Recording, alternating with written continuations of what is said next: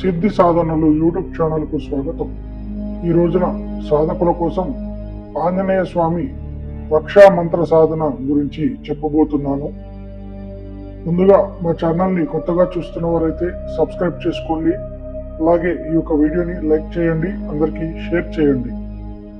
ఈ యొక్క ఆంజనేయ స్వామి రక్షా మంత్ర సిద్ధి ద్వారా సాధకుడికి ఆంజనేయ స్వామి వారు ఎల్లప్పుడూ రక్షణగా ఉంటాడు.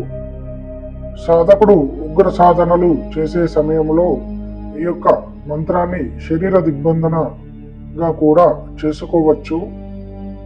అలాగే సాధకుని యొక్క ఇంటికి ఎలాంటి దుష్ట శక్తులు రాకుండా కూడా ఈ యొక్క రక్షా మంత్రము ద్వారా సాధకుని యొక్క ఇంటిని దిగ్బంధనము చేసుకోవచ్చు. ఎవరైతే భూత ప్రేత పిశాచాల నుండి బాధపడుతున్నారో వారు ఈ యొక్క మంత్రాన్ని నీటిలో 21 సార్లు అభిమంత్రణ చేసి త్రాగిపించినట్లయితే వారికి ఆ యొక్క దుష్ట శక్తుల నుండి వెంటనే ఉపశమనము దొరుకుతుంది. ఇలా చెప్పుకుంటూ పోతే ఈ యొక్క మంత్రము ద్వారా అనేక కార్యాలు సాధకుడు చేయగలుగుతాడు. ఈ యొక్క సాధన 11 రోజుల అనుష్ఠానం ఉంటుంది. ఈ యొక్క సాధనలో సాధకుడు అఖండ బ్రహ్మచర్యాన్ని పాటించవలసిందిగా ఉంటుంది. ఈ యొక్క సాధనను ఇంట్లో కానీ లేదా ఆంజనేయ స్వామి వారి గుడిలో కానీ ఈ యొక్క సాధన చేయవచ్చు.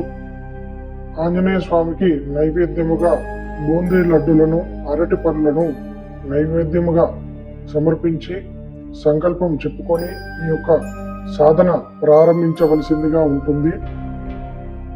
ఇప్పుడు ఈ యొక్క దివ్యమైన మంత్రాన్ని చెప్పడం జరుగుతుంది, అలాగే ఈ యొక్క వీడియోలో పెట్టడం జరుగుతుంది.